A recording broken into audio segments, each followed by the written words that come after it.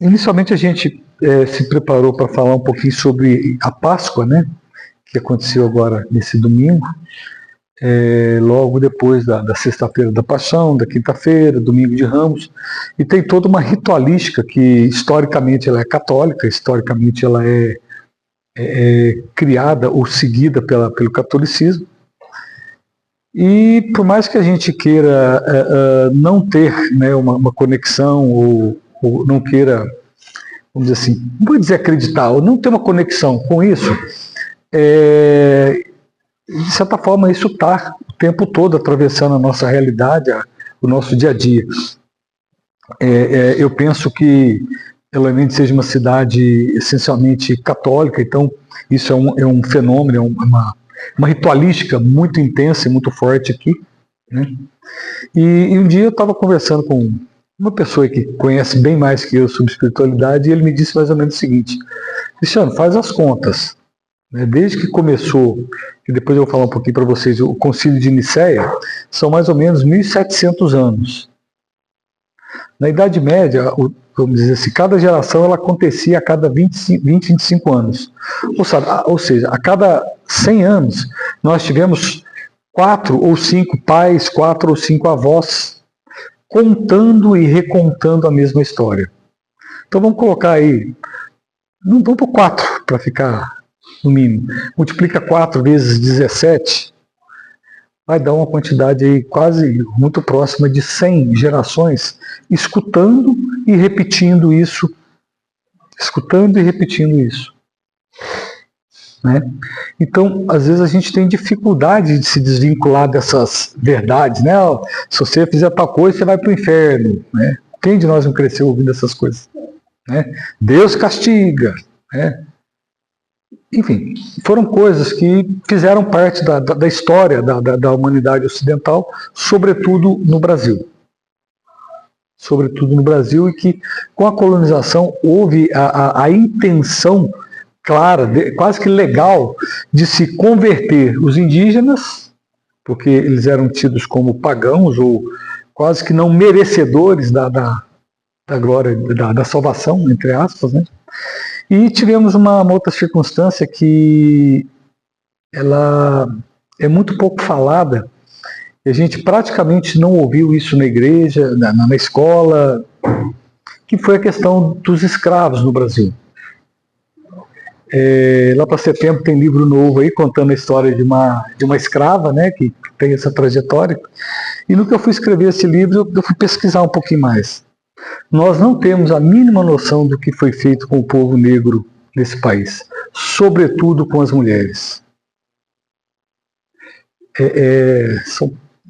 Enfim, não dá para a gente descrever. E o que é pior, muitas vezes, entre aspas, em nome de Deus. Havia a obrigação de converter os escravos, mas ao mesmo tempo, eles, por serem escravos e serem negros, eles não eram dignos de ir para o céu. Nem para onde? Eles tinham que ser católicos, mas se eles morressem, não podiam ir para o céu.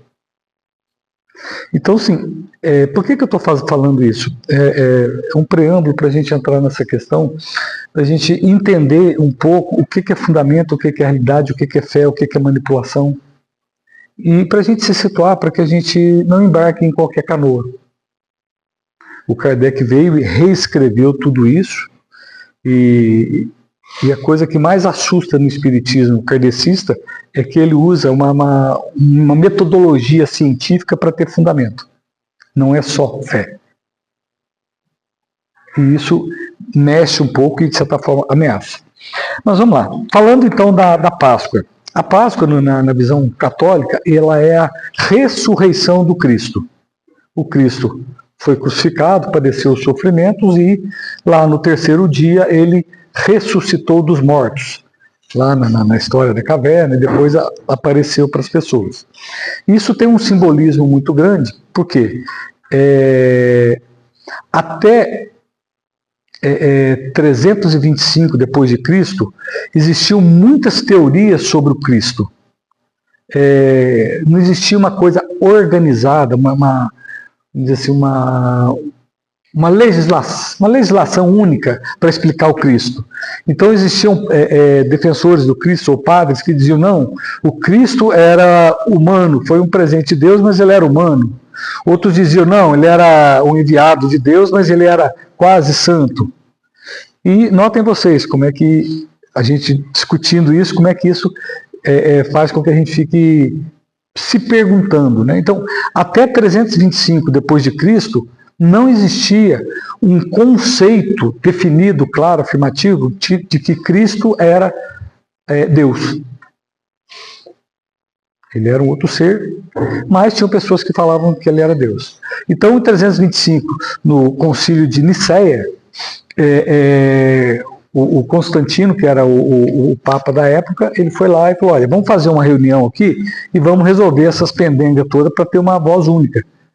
Foi quando o catolicismo passou a ter uma influência muito, muito, muito forte no Ocidente. Então, dentre as coisas que se decidiu no Concílio de Nicéia é que Cristo e Deus eram a mesma coisa. Então, quando vai lá e se dá o conceito de que que Cristo ressuscitou, isso é uma maneira de fortalecer, de engrandecer a divindade do Cristo. Eu consegui ser claro? Então, em tese, qualquer pessoa que morre, ela vai decompor o corpo e vai morrer, e a alma vai para algum lugar. Mas o Cristo, por ser Deus, não, ele ressuscitou. Então isso, o conceito de ressuscitar do Cristo na Páscoa, ele é muito intenso no sentido de comprovar essa tese, ou essa proposta, ou essa ideia, ou esse ponto de vista, ou essa crença católica de que o Cristo e Deus são a mesma coisa.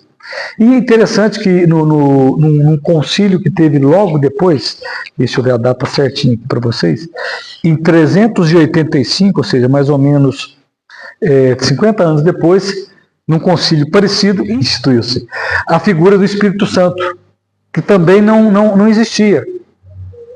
Ou seja, alguns padres lá, bispos, chegaram à conclusão que precisava ter o Espírito Santo, que é para fazer a Santíssima Trindade, para organizar isso, organizar o arcabouço filosófico, ou religioso, ou divino da Igreja Católica. Então, quando eu brinquei com vocês que faz 1700 anos que isso está sendo repetido para nós, é porque isso tinha um objetivo: fortalecer, reforçar o poder da Igreja Católica como representante única de Deus na Terra. Ah, mas e se eu desobedecer ou não acreditar? Você vai para o inferno e para a eternidade lá. Quem de nós, que o pessoal que é um pouquinho como eu, do século passado, não cresceu ouvindo essa história de que se você não for bonzinho, você vai para o inferno? O pessoal mais novo talvez não tenha passado por isso de uma maneira tão intensa, mas muitos de nós passamos. E, gente, era assustador. E qual que é o conceito de ser bonzinho? O que é ser bonzinho? Eu não sei se eu já contei essa história aqui. Sei lá, se eu tinha 10, 11 anos.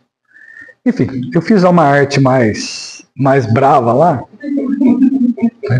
Se não era nada, enfim. Eu entrei na igreja e fiz lá pelo sinal, né, que fazia, e eu fiz o meu corpo inteiro, que era para purificar o pecado que eu cometi, que nem era pecado, que não tinha nada a ver. Porque era a crença e o medo de ir para o inferno. Bom, então, por que eu estou falando isso para vocês? Para nós entendermos que o conceito de ressurreição na Igreja Católica, ele tem um cunho histórico fundamentado lá no ano de 325, no Concílio de Nicéia. Naturalmente, se nós tivéssemos aqui um padre, alguém que falando em nome da Igreja Católica, teria lá os seus argumentos e está tudo certo. Não quero acusar nem criticar ninguém, nem religião nenhuma. E no Espiritismo, que ele vem com a visão criada por Allan Kardec, que, na verdade, ele não criou nada, ele apenas compilou, né, foi catando, né, foi recolhendo, e a gente já viu um pouco da história do Allan Kardec, da concepção do Espiritismo, foi buscando uma série de informações que mostrou-se que nós, seres humanos, somos expostos a reencarnação. O que muda por completo, que tira toda a probabilidade. Aí eu vou pedir licença a vocês um pouquinho, fazer um parêntese, né? Um pouquinho do que eu falei no início. Nós temos aí muitas correntes dentro do próprio espiritismo, dentro da espiritualidade, que pregam, né? Jesus é isso, Jesus é aquilo, enfim, tem várias percepções do Cristo. No espiritismo, pelo menos no mais aceito, é que Cristo é um espírito extremamente elevado, extremamente superior, e que veio aqui nos ajudar a subir um pouquinho, a passar de ano, né?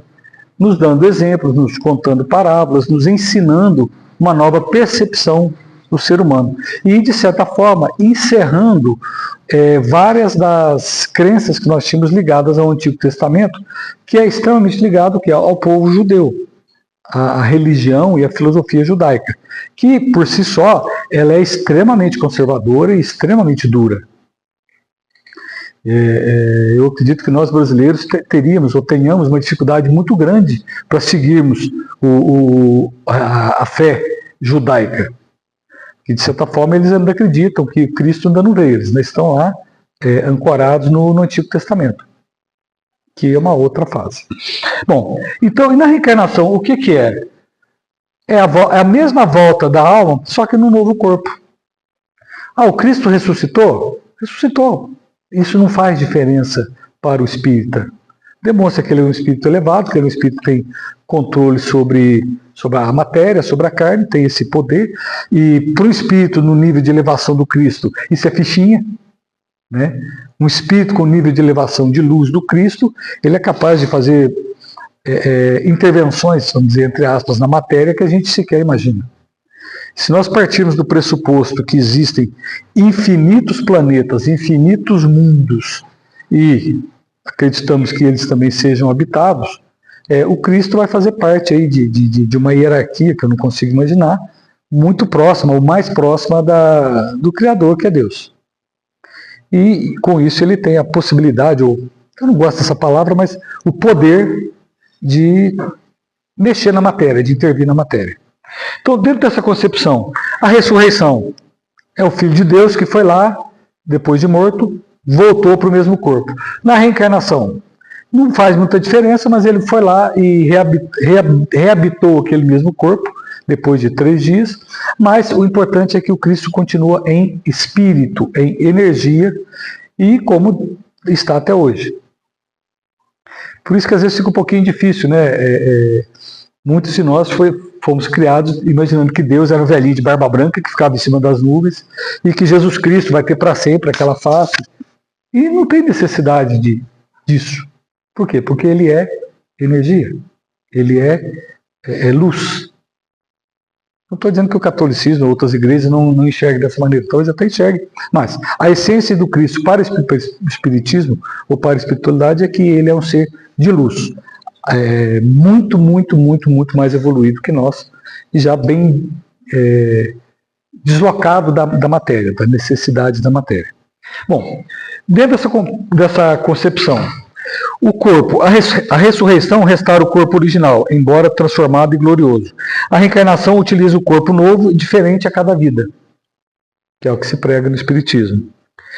Frequência, a ressurreição acontece uma vez, é um evento final, que algumas religiões falam que eu até tenho um pouco de dificuldade de entender isso, mas algumas religiões falam que as pessoas que morreram estão lá deitadas aguardando o dia do juízo final, em que todos ressuscitarão e alguns irão para o céu e outros irão para o inferno, que é o arrebatamento, que é o dia do juízo final. Que, vamos dizer assim, tem uma origem filosófica muito próxima lá do Antigo Testamento. Depois que a gente conhece o Espiritismo ou espiritualidade, fica meio difícil. Bom, né? A reencarnação pode ocorrer múltiplas vezes, ciclo de evolução. E não tem como, meus amigos, nós esquecermos que a Terra é apenas um dos mundos habitados. Eu não lembro mais os números, mas na Via Láctea parece que tem 100 bilhões de estrelas, ou 400 bilhões de estrelas. Vamos imaginar uma média de 5 planetas por estrela? Agora, estima-se que tem lá não sei quantos bilhões de galáxias. Não tem como.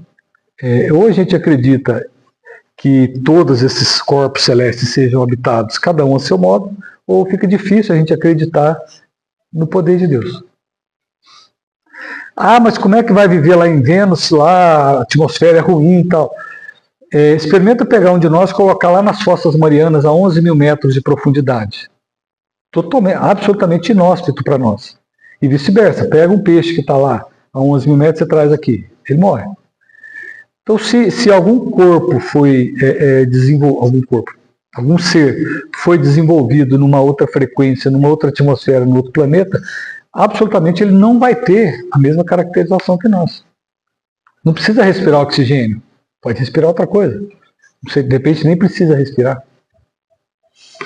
O processo da evolução mostra isso muito claramente. Dizem que daqui a alguns milhares de anos a gente não vai se parecer, mas hipótese nenhuma, como a gente é hoje. Eles vão olhar para nós e assim, nossa, mas que povo feio. Igual a gente olha hoje para os neandertais, lá, os homens da caverna, nossa, mas que... Né? Então, nessa infinitude de mundos, existem migrações de almas. O próprio Chico Xavier fala muito disso. Migrações de almas, de espíritos, de povos. E a gente está migrando para um terceiro estágio, para um novo estágio, que é sair do plano de prova e expiação e ir para um plano mais elevado. Então, ressurreição é revivificar o mesmo corpo. Reencarnação é revestir-se de um novo corpo. E, tá bom, Cristiano, o que tem a ver isso com a Páscoa? Na visão da Páscoa, de onde que surgiu essa história de Páscoa? A Páscoa era um conceito que existia entre os judeus no Antigo Testamento, que era a comemoração do êxodo, da migração dos judeus fugindo do Egito. Então a Páscoa é quando eles comemoravam esse feito da travessia do Mar Vermelho e se tornou um povo livre, vamos dizer assim. Então tinha toda uma série de requisitos ou pré-requisitos para comemorar o que eles chamavam de passagem. Tanto que os judeus ainda comemoram a Páscoa em alusão a isso, em alusão ao Êxodo. Isso está lá no livro de Êxodo, da saída, da libertação do povo egípcio. Lá em 325, nesse concílio de Nicéia que eu falei para vocês, decidiram, por alguma razão, que eu já expliquei até agora há pouco, que a Páscoa era a comemoração da passagem do Cristo. Ele vem no domingo de Ramos, depois ele vai lá, faz a Santa Ceia, depois ele é crucificado, depois ele vai para a mansão dos mortos, vai ser sepultado, e ele ressuscita. É a passagem para um novo momento, mostrando ou comprovando que ele era Deus. Não era só o Filho de Deus, ele era Deus. Percebe então a origem da palavra Páscoa, do porquê da palavra Páscoa? Havia um conceito, e lá no Concílio de Nicéia, que se reorganizou a igreja, foi a primeira organização organizada da igreja, né? Eles foram lá e propuseram isso aí. E depois, se vocês tiverem curiosidade, na internet tem muita coisa, veja lá o Concílio de Nicéia. Muitas das coisas que a gente acredita até hoje, e que é verdade absoluta até hoje, foi criada há 1.700 anos atrás, em que o nível de conhecimento das pessoas sobre o mundo, a ciência, era extremamente limitado. Por isso que a gente tem tantas crenças, entre aspas, sem fundamento, porque, de novo, isso foi passado, se alguém puder até fazer a conta para mim, 1.700 dividido por 5. Ou seja, nós tivemos aí, em tese, né, 340 gerações do Concílio de Nicéia até hoje. 340 pai e mãe falando, e avô falando na nossa cabeça que é assim, que é pecado, senão você vai para o inferno, que é pecado, senão você vai para o inferno. Então, isso eu acho que foi tão repetido, com tanta intensidade, que isso foi até para o DNA, não passou na cultura. Esses dias eu vi um cara propondo isso, que vamos dizer, informações repassadas muito tempo, eles acabam sendo incorporadas no DNA. Bom, e por que o Cristiano está falando isso, gente? Eu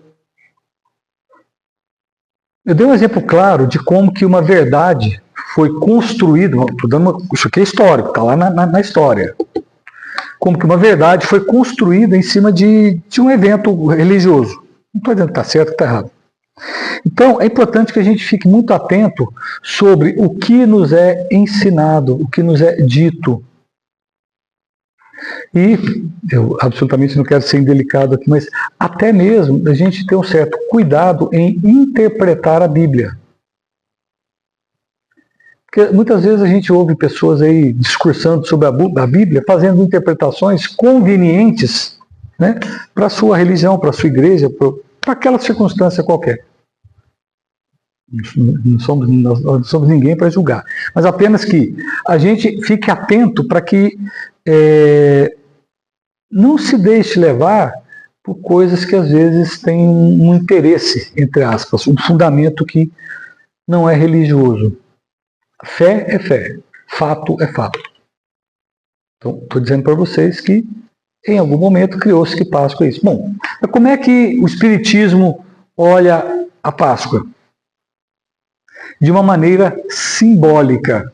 É o nosso renascimento, é a nossa reconfiguração, é a nossa renovação.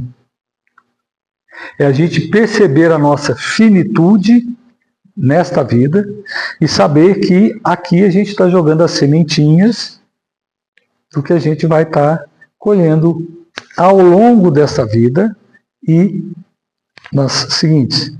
Ah, Cristiano, mas espera aí, ao longo dessa vida, começa a plantar discórdia na tua vida para você ver o que vai acontecer. Começa a dar o nome das pessoas para ver o que vai acontecer. Começa a maltratar seu marido ou sua esposa, você vai ver o que vai acontecer. Começa a espancar seu filho, você vai ver o que vai acontecer. Não espera, não precisa esperar a próxima. As consequências vêm hoje. Mas porque sempre foi assim, Cristiano? Antigamente, ou talvez 2 ou 3 gerações, na geração dos nossos pais, avós, esse retorno, essa colheita nessa vida talvez demorasse um pouco, porque a vida era mais devagar, era mais esticada. Hoje não. A velocidade com que as coisas estão acontecendo é muito grande. Começa a fazer coisa errada para você ver o que vai acontecer. A sua vida começa a desorganizar. Seja por fatos, seja por atos pelas pessoas, seja pela energia, que é o principal foco que eu quero trabalhar com vocês daqui a pouquinho. De olho ali no relógio para não extrapolar, né? De olho no relógio que é para não extrapolar, senão aí eu que fico de castigo. Tá. Estamos juntos até agora, pessoal? Então, assim, pode falar. Outro dia eu vi uma série falando que 553, depois de Cristo, até lá a palavra reencarnação existia na Bíblia. Aí eles tiraram. Uhum. Eu já vi isso também. Eu não tenho... Eu já ouvi. Eu já ouvi isso também. Na verdade, aí que eu falo a questão da interpretação da Bíblia, né? Eu tenho vários amigos espíritas que pegam a Bíblia e mostram textualmente que lá está escrito que existe a encarnação. Aí você pega aí amigos evangélicos ou católicos que vão falar assim, de jeito nenhum, mas é uma grande mentira. Então, o que eu estou dizendo assim, a Bíblia é um livro que ele não é, entre aspas, científico, né? É um livro que foi escrito sabe Deus há quantos mil anos atrás, e eram vários, muito mais livros, e eles foram escolhidos aqueles livros. Eu não sei se vocês já viram, tem um livro e tem um filme que chama O Nome da Rosa. Tem uma cena nesse filme, quem não viu até sugiro verem, que é espetacular. Eu acho que eles até na internet é capaz de ter até ele livre já, assim, sem pagar nada. Existe um mosteiro lá no fim do mundo, na Itália, que a função daquele mosteiro é literalmente copiar as edições da Bíblia. Então pegava uma aqui, ficavam lá os monges copiando manualmente os livros. E o que eles sugerem? Que cada monge que ficava ali, ele alterava os textos de acordo com o que lhe parecia conveniente. É o que está lá no filme. Lembrei agora, da biblioteca de Alexandria, foi perdida muita coisa que nunca vai vivenciar. pouco das informações que estavam. Sim. Muita coisa foi perdida, coisa que poucas pessoas não leram. Sim. É uma coisa que a gente nunca vai saber, porque eles estão filmados.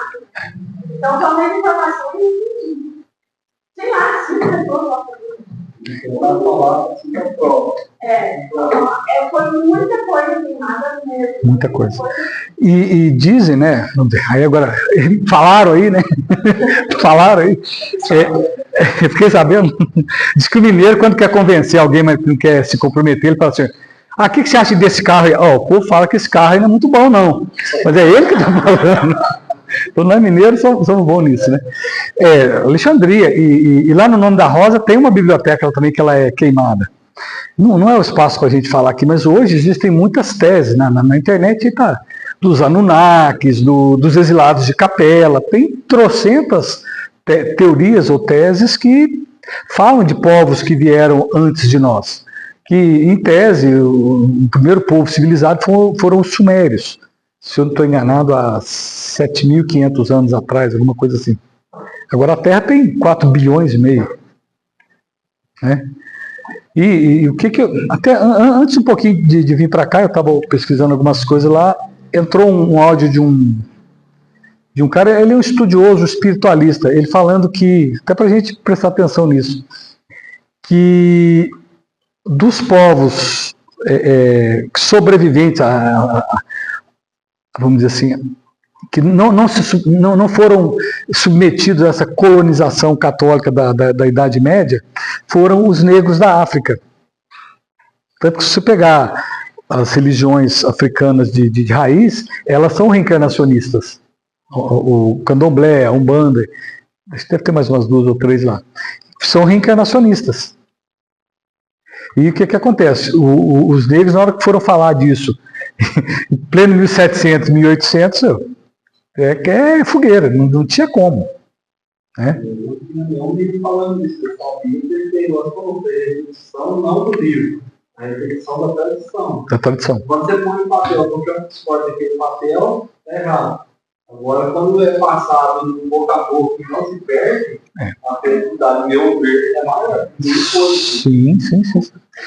Tanto que eu não sei exatamente quando, mas teve até uma época, era proibido você reescrever, você copiar a Bíblia.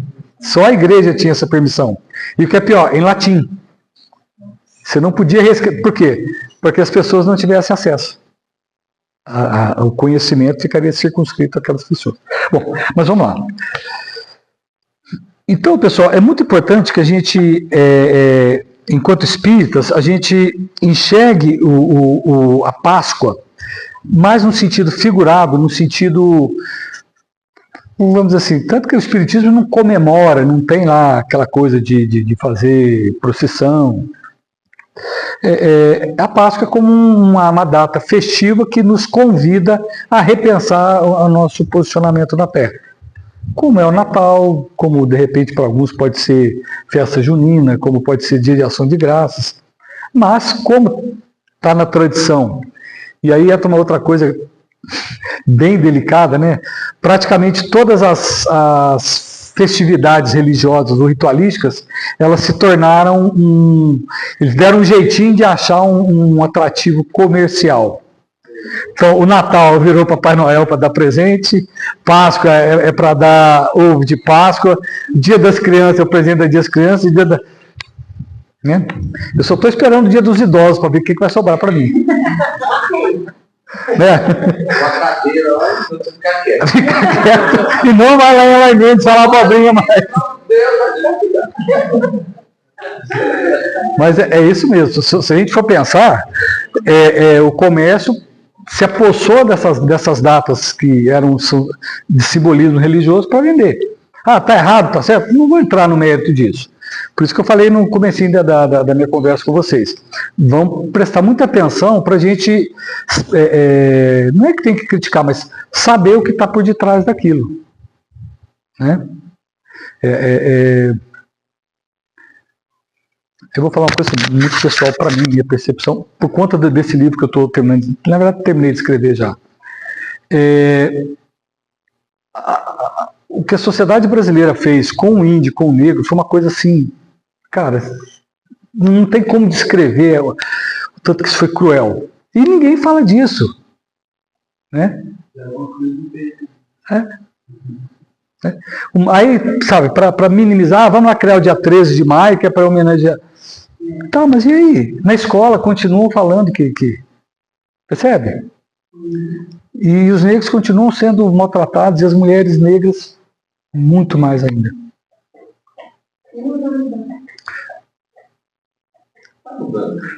Depois de setembro eu vou me convidar para voltar aqui, vou trazer o livro, né?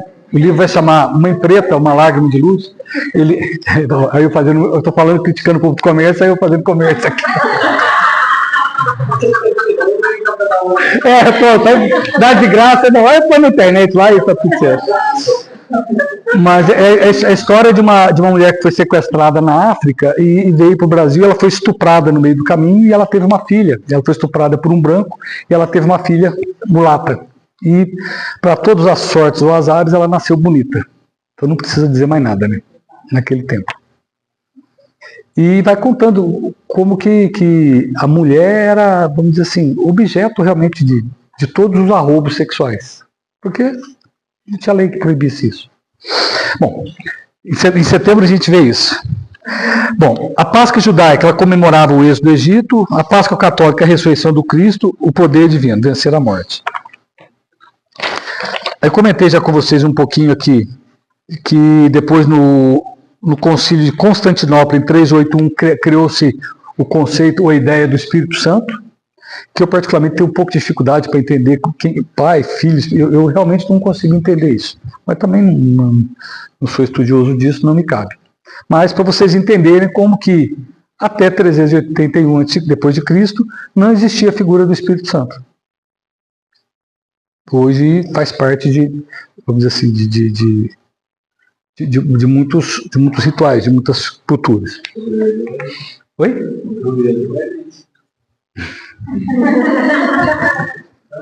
Você está colocando isso na internet, daqui a pouco vai estar o povo batendo em mim aqui na porta. Bom, aí agora, eu sempre faço isso quando eu venho aqui, eu vou caminhar agora por um caminho mais do que... E aí, o que a gente faz com isso? Vimos o conceito, na prática, o que eu faço com isso? Em tese, todas as igrejas, todas as religiões, elas deveriam nos ajudar a nos conectarmos com a espiritualidade para nos tornarmos próximos de Deus, seja que conceito foi esse, e nos tornarmos pessoas melhores. Tá certo o que eu estou falando? Tá faltando alguma coisa? Não. De um tempo para cá, eu venho pensando muito, e acho que até na última vez que eu estive aqui eu pincelei um pouco isso, a gente não aprende isso no catecismo, não aprende no catecismo espírita, não aprende na escola, em lugar nenhum. O tempo todo, a sociedade que a gente vive, sobretudo a escola, isso cabe outra palestra, porque ela também veio só para nos enquadrar e deixar a gente quietinho. O modelo de ensino brasileiro, ele é um modelo passividade, o aluno tem que ficar quieto. Minha esposa é orientadora escolar, ela fala, a gente tem que enquadrar o pessoal para não dar trabalho. Né? De certa forma, ninguém ensina para nós que é importante que nós sejamos pessoas boas por dentro. Toda a contextualização, toda a estruturação das religiões, que é baseada em rituais, em crenças, em favores, né? Troca. Olha, se eu ficar bonzinho, né? Não, a que eu mais gosto. O jogador, na hora que ele entra em campo, né? E aí, como é que vai ser o jogo? Se Deus quiser, eu vou fazer um gol, meu time vai ganhar o campeonato. Eu fico imaginando Jesus lá em cima, manipulando um jogo de futebol para o Zezinho das Couves lá, driblar e fazer um gol. Time... Putz, mas e a turma da outra torcida? E se for lá, Flamengo de Varginha e Flamengo do Rio de Janeiro, né? O Jesus vai lá e joga a favor do Flamengo de Varginha. Imagina o que vai acontecer com a torcida do Flamengo, que é gigante.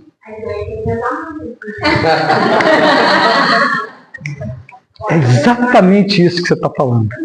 Percebe? Eu vi uma frase assim num carro.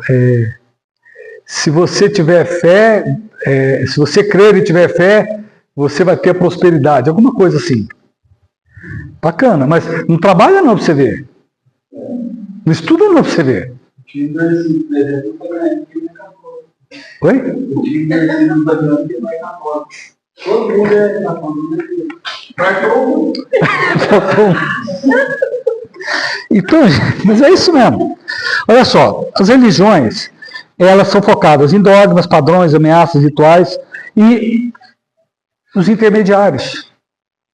Né? Tem que fazer promessa para não sei quem, ir não sei aonde, fazer procissão, fazer romaria. É literalmente barganha. Mas o que é pior? A gente tem que respeitar, cada um tem sua fé, nada de errado nisso. Mas é tudo coisa para fora. E vamos puxar a nossa orelha um pouquinho também. O próprio espiritismo também é muito voltado. Você tem que fazer a caridade, você tem que... Mas as religiões estão esquecendo que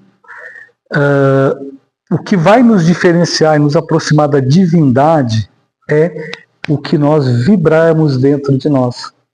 E o Espiritismo fala nisso de uma maneira muito bacana. Se você desencarnar, para onde que você vai?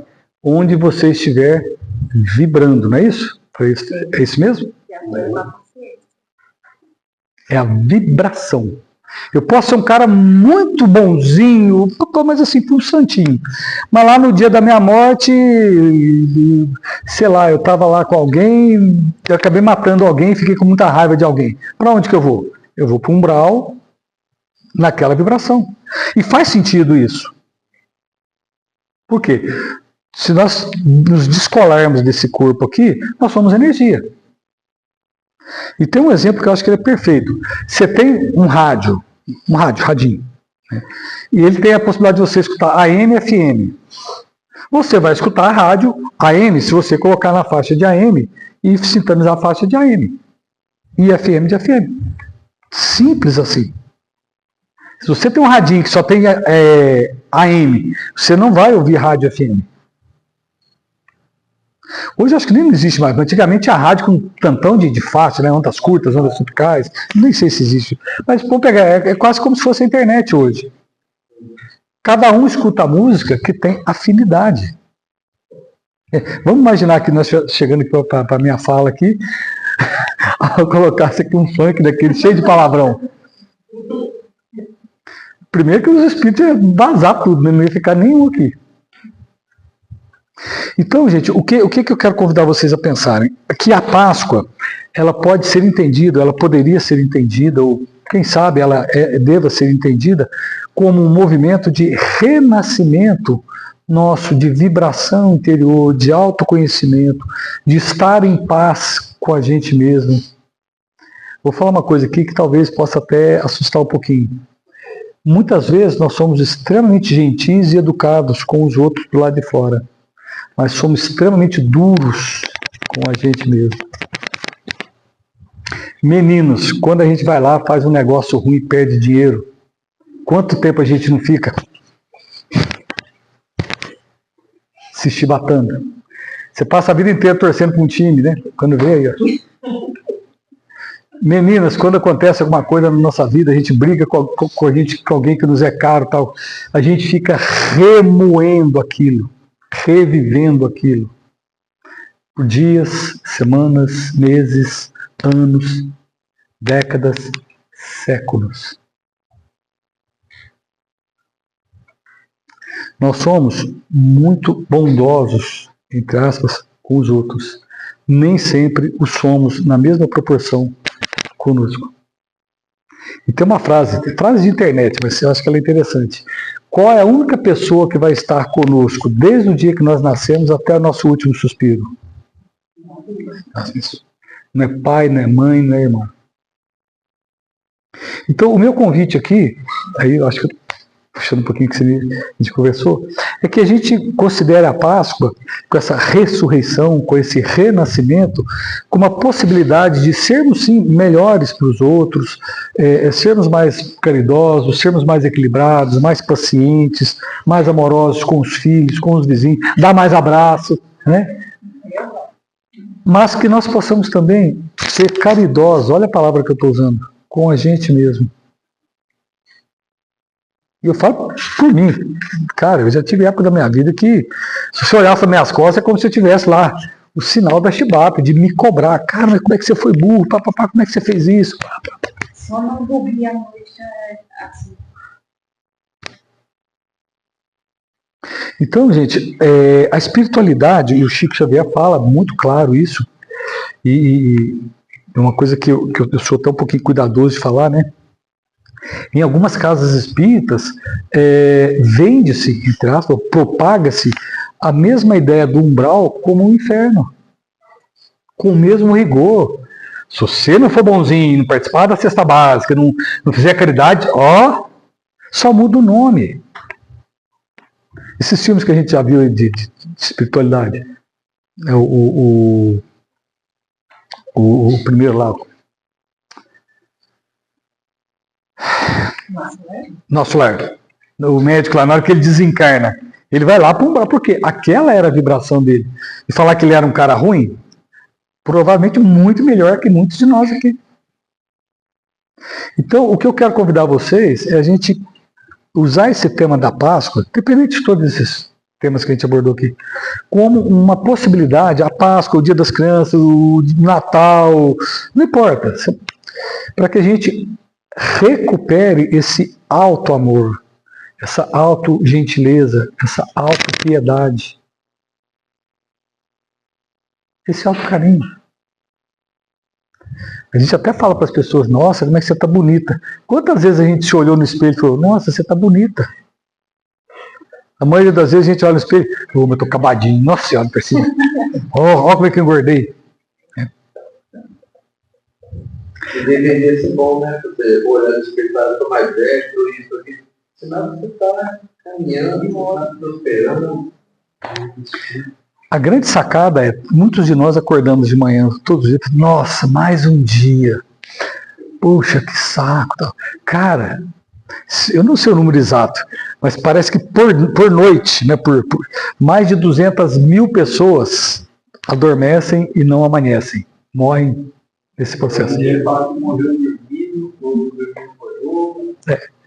Ou seja, todo dia que a gente acorda, ao invés de a gente reclamar, nossa, que mais um dia, que caramba, eu acordei.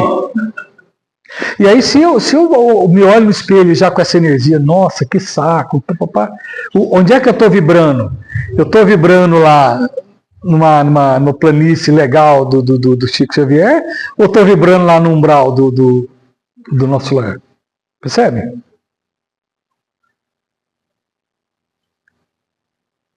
E aí, uma coisa assim muito forte, porque eu não vejo muita gente dizendo disso para nós, sobretudo dentro das igrejas.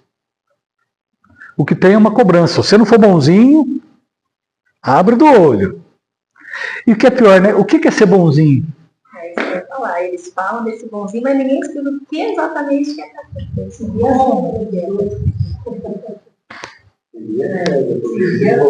Se for, por exemplo, a gente tem que olhar por nós, mas dentro de um olhar onde você não deixa o egoísmo chegar também. Você tem que vigiar o seu egoísmo. Sim, claro. Né? Então, mas aí se você, um exemplo na igreja católica, já vão dizer que se você só olhar para você, é um egoísta e Deus vai te ajudar. É exatamente isso. Por outro lado, o que eu observo? Só comentando, não sei se você falou que eu tenho formação em psicologia, então eu atendi muitas vezes, muito tempo. O que a gente mais observa? As pessoas chegando no consultório, deprimidas, a maioria dos casos de depressão é por falta de autoestima. São pessoas que não gostam de si. E digo para vocês, grande parte das pessoas que entram em quadro depressivo é porque desistiram de si, perderam o encantamento consigo mesmos e com a vida. E o passo seguinte para isso, que aí a gente vai ter vários níveis, né, é a tristeza. E quando a pessoa atinge um nível de tristeza muito elevado,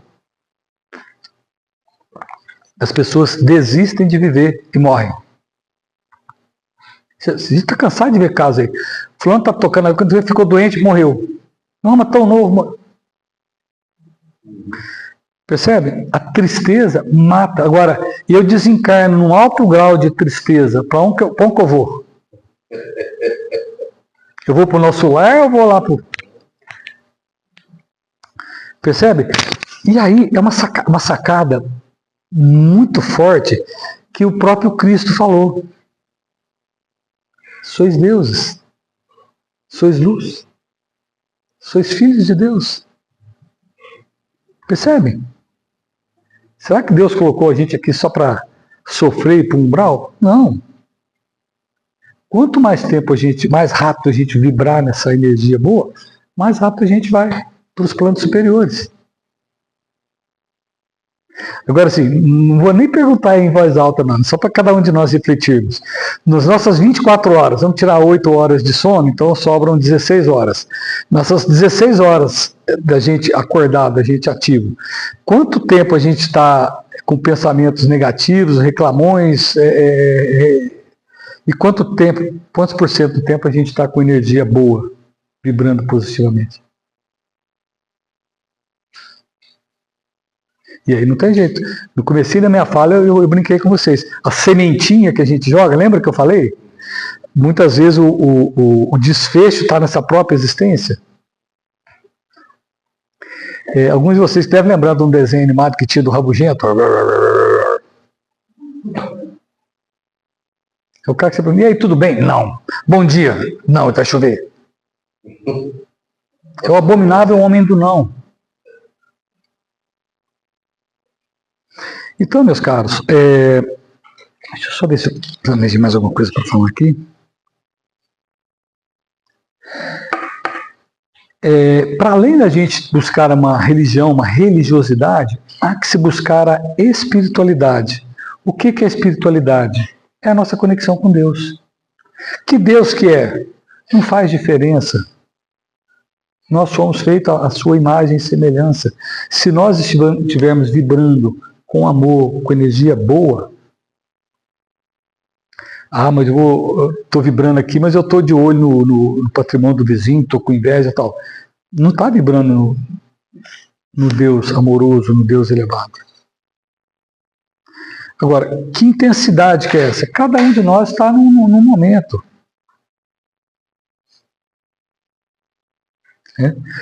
No meu ponto de vista, as duas religiões que eu conheço e que eu respeito muito é a Umbanda e o Espiritismo kardecista, acho que fazem muito sentido para mim e são muito parecidas na questão da reencarnação e da espiritualidade, que tem a possibilidade de nos mostrar a conexão com Deus de uma maneira muito diferenciada, que é a vibração. Se eu sento ali no meu cantinho, entro numa vibração, estou conectado com Deus. Velhinho de barba branca, não importa. Hoje a gente já sabe que Deus está em nós fazemos parte, que tem, vamos dizer, pedaços de Deus dentro de nós, da nossa vibração energética. Nós somos energia, nós somos luz. Esse ano eu faço 60 anos, assim, cara, e muda muita coisa. Não sei alguém que já chegou próximo dessa idade, muda muita coisa. A percepção do mundo muda por completo. Primeiro que você começa a contar de trás para frente. Não é mais um dia. É sério, é menos um dia. E aí você começa a falar assim, mas hoje eu estou cheio de problema para resolver. Não, eu estou cheio de desafios ou oportunidades, porque eu não sei se amanhã eu estou aqui. Sei lá, quando a gente tem até 50 anos, 40 anos, a gente nem para pensar nisso. A sensação que dá é que a gente é eterno. Não pensa nessa possibilidade. Então, pessoal, quando a gente começa a desacelerar, você pensa conta até 1000 antes de entrar numa briga, você conta até 2000 antes de retrucar alguém por uma coisa desnecessária. Por quê? Você começa a perceber que o tempo é precioso e a sua vibração interna, ela é preciosa. Todos nós aqui, não vou dizer que eu estou fora disso, porque eu também sou humano e tenho tudo isso que eu estou falando para vocês, eu também passo. Não sou melhor do que ninguém aqui não. Mas todos nós sabemos o tanto que é dolorido você ficar remoendo uma briga, alguma coisa com alguém estranho e que é pior, com alguém de dentro de casa. Quando briga com a esposa, briga com o filho, briga com a mãe.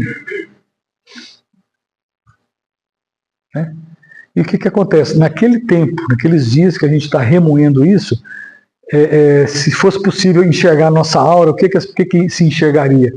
Uma coisa cor-de-rosa, luminosa, ou alguma coisa apagada, sombria? Marrom. Os espíritos elevados que transitam nessa casa conseguem enxergar isso. O que é o passe? Nada mais do que jogar um balde de água na nossa alma, no perispírito, para limpar um pouco dessas energias que a gente traz. É lógico que traz. Às vezes eu vou conversar com algumas pessoas que falam sobre onde é que está a energia ruim. Pode ter em qualquer lugar, mas tem um lugar que eu vejo assim, muito claro, e aqui em Lamentes com certeza deve ter até bastante também, aqueles botecos que você passa na porta que está cheirando pinga, vocês já viram? Eu não sei o que mata mais, se é a cachaça ou o que é torresmo, né? Porque o torresmo se levanta assim, bem litro de gordura que sai ali. Mas assim, por mais que assim, não é no sentido crítico, mas ali o que é? É uma energia densa, claro. Eu não consigo ficar num lugar daquele, ainda mais se estiver tocando funk, nossa senhora. Mas o que acontece? Tem gente que está ali e se sente à vontade ali. E vamos pôr a mão na consciência, né?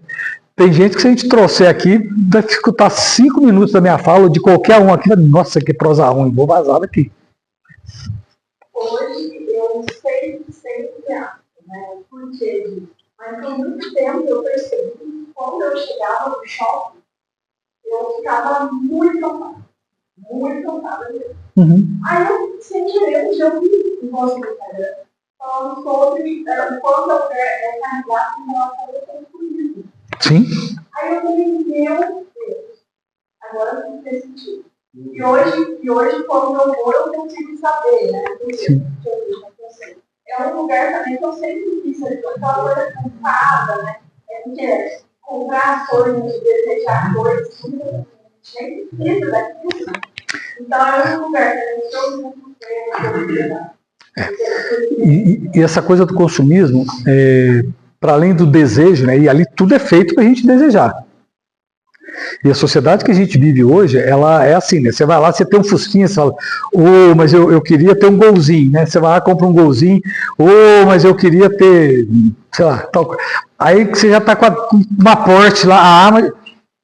E é assim, e o shopping, se você não prestar atenção, é quase que assim, é um outdoor de consumismo, que é o negócio, não estou dizendo que está errado, é o negócio, a matéria. E existe também ali o exibicionismo, né? Sobretudo entre algumas mulheres, que vão lá, põe aquele salto desse tamanho, por quê? Agora, por isso que você falou, né? Eu me dei conta, né? Para vocês entenderem como é que isso se dá enquanto fenômeno psicológico. Quem de nós aqui naquele domingo à tarde não vai lá e exagera na geladeira? Né? Sobrou aquele pudim de leite condensado que era para outro dia. Eu estou de regime. Quando você vê, já foi embora. E eu acho que na outra encarnação eu tenho certeza que eu fiz alguma arte com leite condensado, cara. Eu não sei se tem esse vício, né, de fazer tratamento a leite condensado, mas eu acho que aquele trem. E aí eu estava observando, né? Muitas vezes, nesse momento que a gente. É como se a gente desligasse. Vai lá. Se você estiver consciente, você vai dizer assim: não, eu já comi, estou saciado, bacana. Tudo bem, vou colocar ali uma colherinha, né, de chá, tudo bem. A gente vai lá e.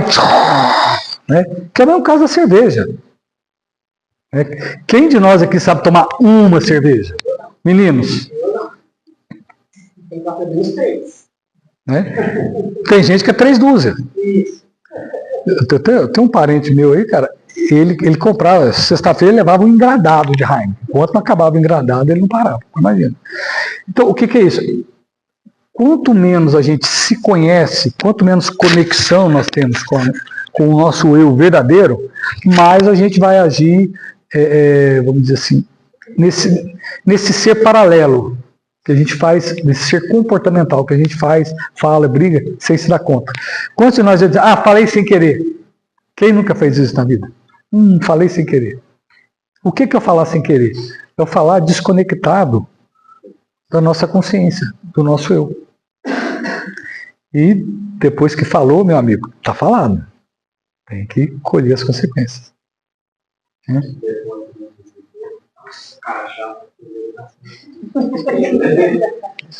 Não, e agora com a coisa de celular, meu, qualquer coisa que você faça, tá todo mundo te vigiando, te gravando.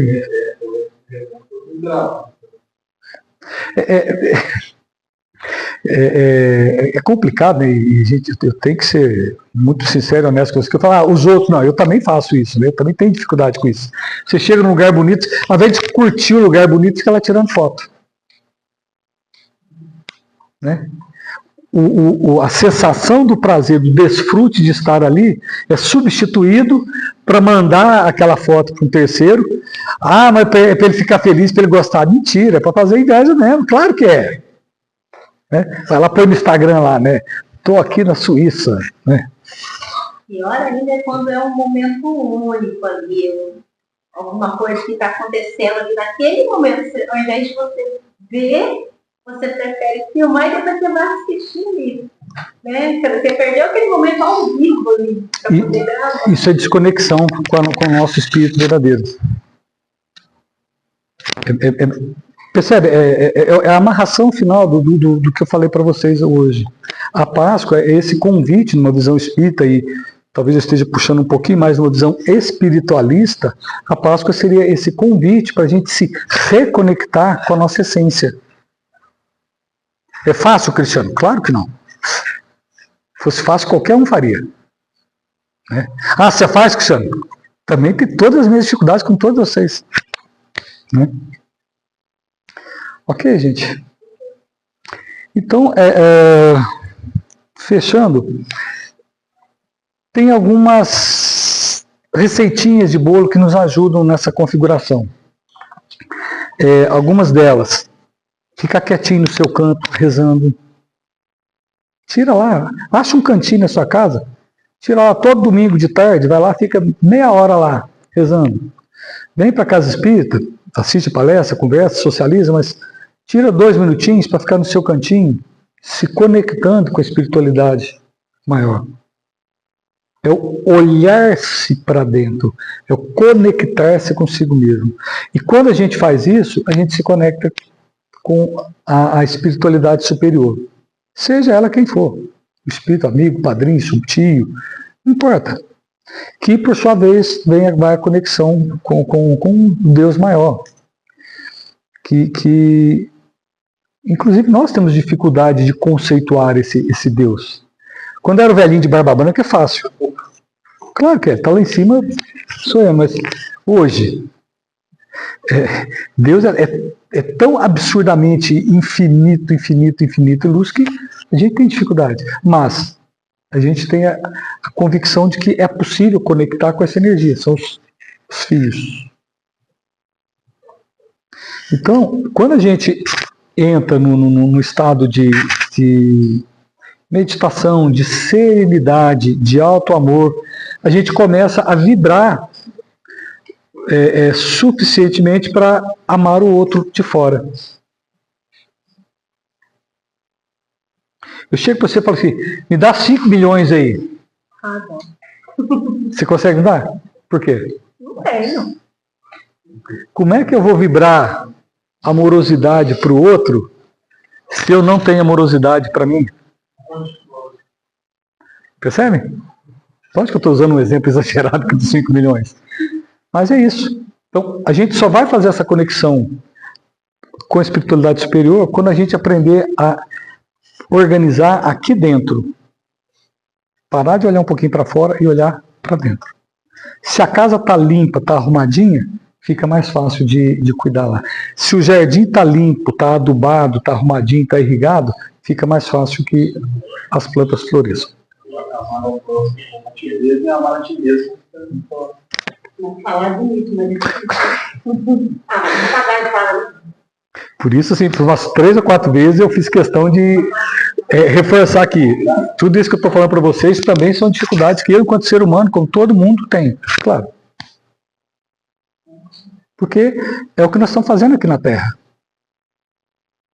Uns vão levar mais, outros menos. Faz parte. Eu sei que meu tempo acabou. Gente, obrigado. Super feliz de vir aqui compartilhar com vocês.